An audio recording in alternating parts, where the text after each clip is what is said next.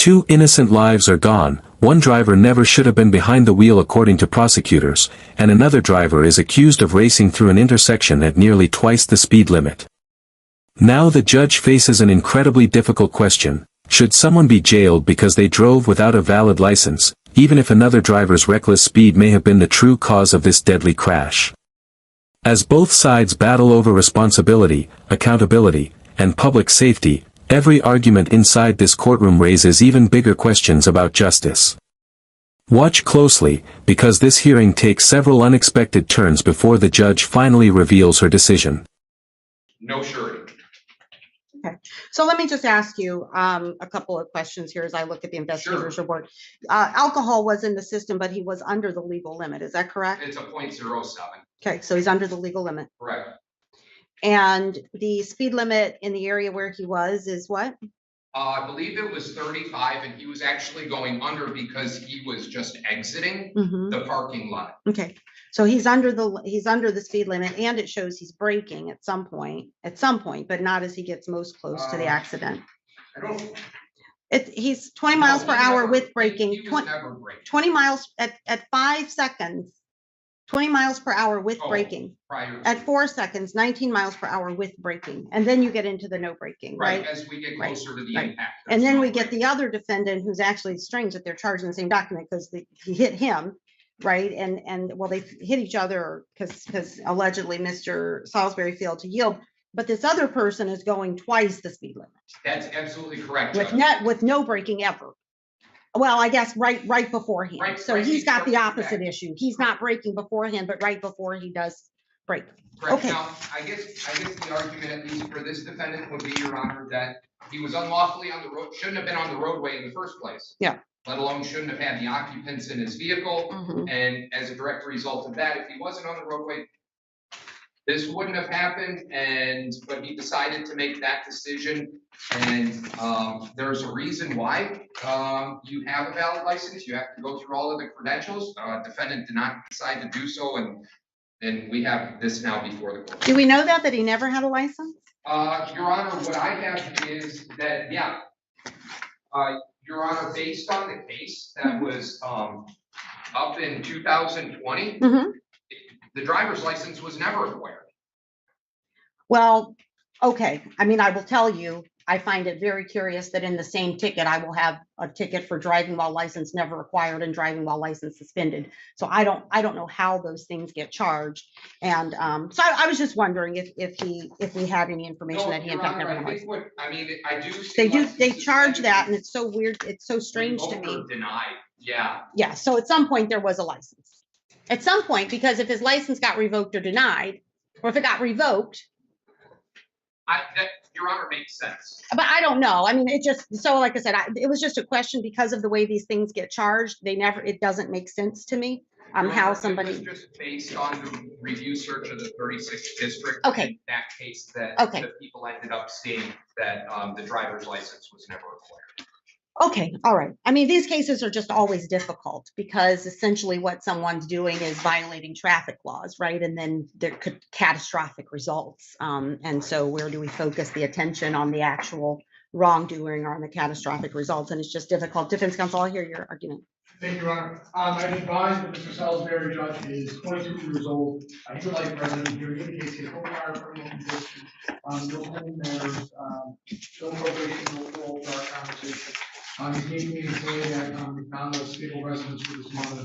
Judge, he's obviously lucky to be alive. I've had the chance to listen to counsel's arguments, read this investigative report. When I break this down, this guy's pulled out of McDonald's and the car comes flying and absolutely crushes him. He's lucky to be alive. I know he was in the hospital, as counsel mentioned, and in rehab after that. Unfortunately, some of the passengers of that car lost their lives. But I don't know if I agree with counsel when you say but for him not having a license that would have happened. I think but for, the co-defendant, which I'm still surprised to charge the co-defendant, because I think their positions are really adversarial, but the co-defendant comes in flying and crushes him. I think that can happen to me and anybody else with a valid license. Now, Judge, I understand the charge on his face. I'm the prosecutor and I have discretion. I'm not charging this because, this could be an unpaid traffic ticket as suspended his license, and otherwise it could have been any one of us. Pulling out of McDonald's slow, somebody going twice the speed limit, and just crushes you. I think personal bond should be appropriate here, Your Honor. It's been quite some time that the guy has absolutely no context with the criminal justice system. I may have heard the court arraign him on, and her counsel mentioned some traffic matters, but other than that, I don't believe he's a danger to the community. I think the court wants to go as far as doing like a no driving provision. I think it would be appropriate here.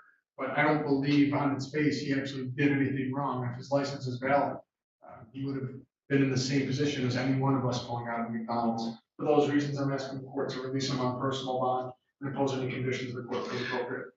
Judge, I think it's very interesting that the defense counsel makes the argument if his driver's license was valid, then the same type of result would have occurred. His driver's license wasn't valid.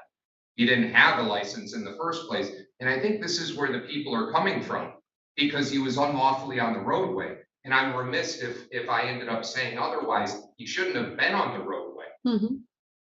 It isn't about the actual license. It's about the fact that he was driving when he shouldn't have been driving. And Well, I think. At this point, the courtroom has become divided over one central issue. Prosecutors insist the defendant never should have been driving because he allegedly lacked a valid license, making his very presence on the road unlawful. Meanwhile, the defense argues something entirely different, that even if the defendant had possessed a perfectly valid license, the outcome could have been exactly the same because another driver is accused of traveling at an extremely dangerous speed before the collision. The judge carefully challenges both arguments instead of accepting either side at face value, showing just how complicated it becomes when a tragic accident involves both legal violations and catastrophic consequences. What do you think matters more here, the lack of a license or the actions of the speeding driver? Who, as I said, these are obviously catastrophic results, and the knee-jerk reaction is to want to lock somebody up when there are catastrophic results. But my job is to assess how dangerous he is to the community, whether he's a flight risk. And so the danger he presents is that he keeps driving when he's not supposed to, and he knows he's not supposed to. So how do I stop that? How do I stop him from driving?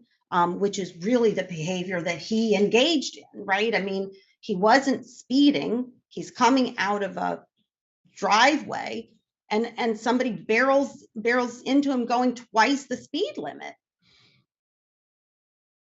Passengers in his car are injured, killed. He's severely injured. But I don't know that he wasn't doing twice the speed limit. He was driving when he shouldn't have been driving. So I got to make sure he's not driving. I absolutely agree with you. Yeah. In terms of that, I think just the people, just to reiterate the idea that this could have happened, like Your Honor and defense counsel previously said, to anybody, but in this particular matter, he wasn't supposed to be there. Yeah. So, I mean, and that's why, I was curious about whether he'd ever had a license, why it was lost, because the truth is people don't pay their tickets and their licenses get suspended. They get enough, it might get revoked. And sometimes people have gotten, done very bad things, and that's why their license is pulled. And those are different kinds of folks, different kinds of drivers. I mean, we've got the other defendant here charged with reckless driving. Mr. Salisbury isn't, because he's going under the speed limit at the time that he's hit by someone going twice the legal speed limit. I am going to ensure that he's not driving. I